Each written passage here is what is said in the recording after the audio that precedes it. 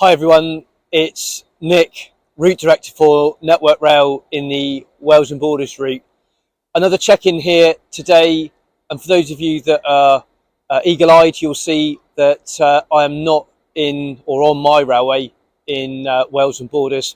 I've come across the Irish Sea from Holyhead this morning with Stena, and I'm here at Dublin's Connolly station.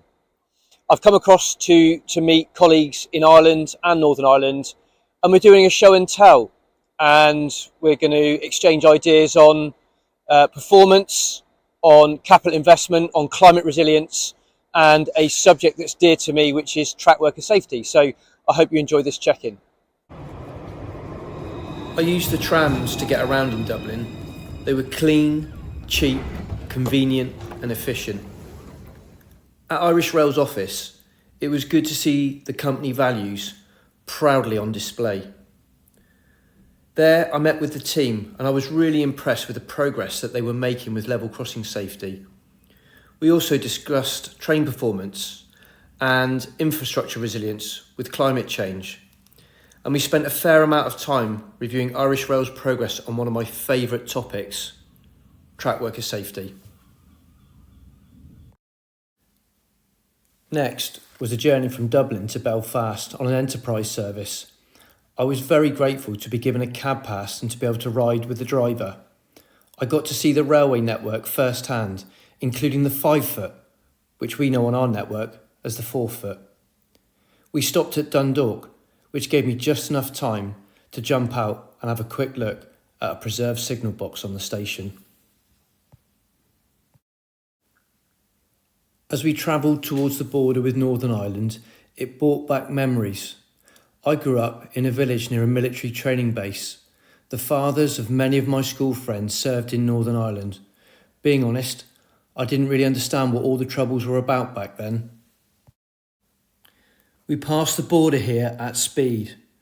Previously, trains would have had to stop, sometimes for a considerable duration. I spoke to a number of people during my visits about the troubles.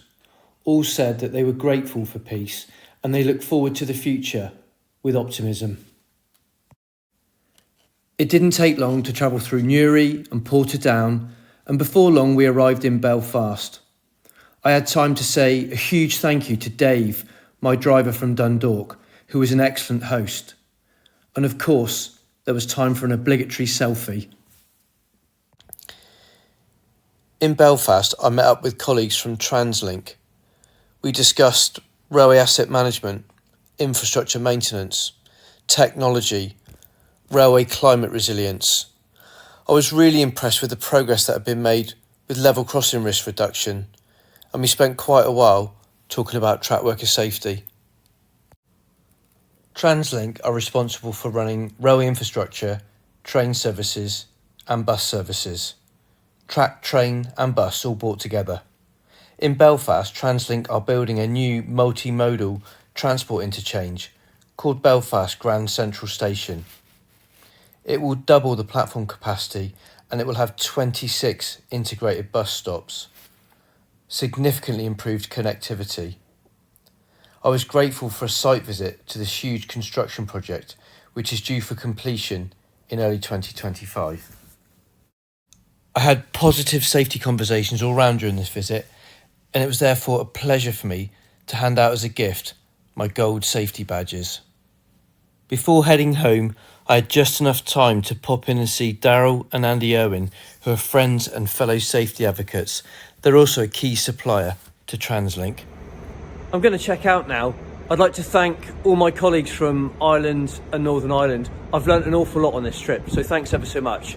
All the best, everyone. Bye-bye.